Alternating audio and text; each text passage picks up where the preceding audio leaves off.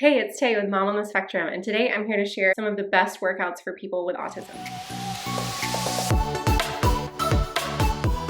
So I know that might sound kind of weird. What kind of workouts should you do for autism? Do they need to be different? Where I'm coming from, I want to share a term with you today that some of you may have never heard of before called proprioception. Proprioception is sometimes referred to as our sixth sense. It's the way our muscles and joints experience the world around us. I know that sounds kind of weird, but if you think about opening a jar, you have to have a certain amount of pressure in order to make the jar open. If you think about pushing a really heavy box across the garage, there's a certain amount of pressure that you push against that. You have to have a certain amount of force to close a door. Those types of pushing and pulling and understanding where our bodies are in space, that's all related to proprioception. And if you're autistic, you may have noticed that your proprioceptive skills are different than non-autistic people. You can have hyperproprioception, which is elevated levels of proprioception. For example, one of my daughter's friends, super sweet kid, but she plays really hard. So she will run up to you. And I'm always worried that I'm just gonna barrel over. You might have an idea of this type of kid if you're a parent. That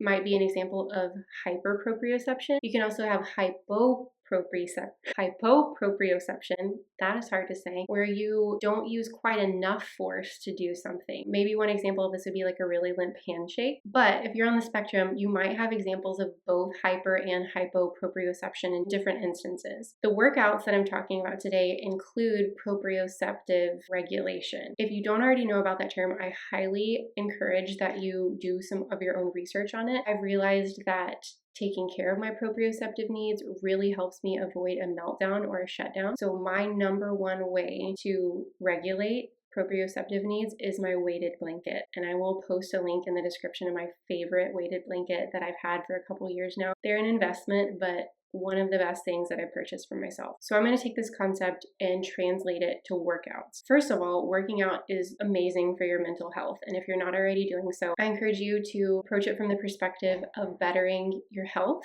and bettering your mental clarity. It will help regulate your sleep, help you sleep deeper, improve your moods. It will help you concentrate during the day. There's so many benefits to exercise. I think it's helpful to think about it less of self-modification in terms of our physicality and more about how it can boost our internal experience of life, our happiness, our relationships, our sleep, the way we process food, all of the above. So for workouts, one way to incorporate proprioceptive regulation is weights. I never thought I would be a weightlifter. I've realized that whenever I regularly lift weights, it's very cathartic and healing. Weightlifting can be very simple. You can start with like 5 pounds, 10 pounds, and you can get a set of dumbbells at Walmart. Pushing and pulling against something weighted can be a huge release. It can be a really great way to release pent up energy. If you happen to have a membership at a gym, trying out one of the weight machines can be a great way to get that push and pull element in there. I really don't like leg day, but I've noticed that the leg press, it feels so good. You want to make sure, of course, that you're not doing too much weight and straining. That's one thing I'm realizing too, is to listen to your body and how much weight actually feels comfortable. You want to go a little bit beyond your comfort zone, but not to where it hurts at all. And again, I'm not a doctor, so please consult your physician before you try any of these exercises. And secondly, any type of exercise that involves jumping, like jumping on a trampoline, jump rope, something where you're going up and down and your body's kind of like finding its place in space over and over again, that can also be really soothing. Now, as a mom, I want to warn you, if you haven't jumped on a trampoline since you've had a child, heads up, it's a different experience. One of my good friends has a trampoline in her backyard, and I remember after my son was born, the kids wanted to jump on it, and I love trampolines, and so I went out and I jumped on it, and I was in for a big surprise because things work differently than they used to. So heads up. So in general, just anything with a push and pull element, bouncing, you can use a yoga ball. And then also, just again to stress, it's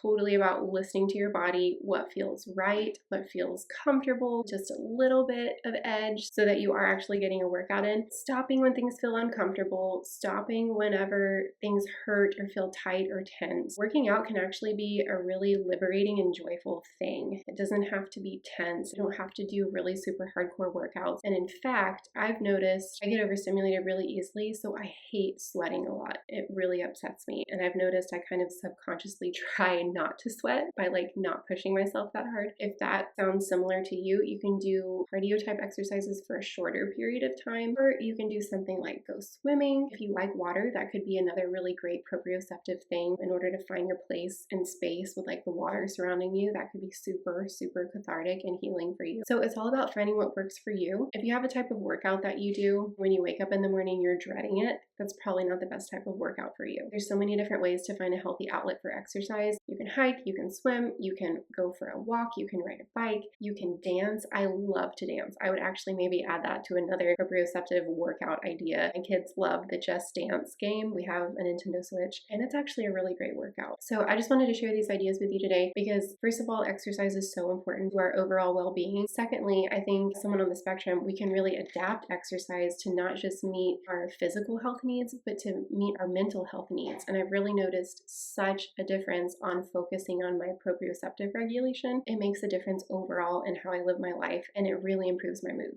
I hope these examples have been helpful to you. They probably seem simple, and that's kind of the point. I think we need to simplify things in order to keep coming back to them and find joy in them rather than complication and stress. I'd love to hear in the comments if you have other ideas for proprioceptive regulatory workout ideas. And then if you could just make sure that you subscribe to my channel, that's the easiest way to support me so that I can continue creating free content for you. I love doing it. It's totally free, and it just means that you'll get updated whenever I release a new video. Keep being weird, own your neurodiversity, and I will see you guys in the next video. Thanks for watching. Bye.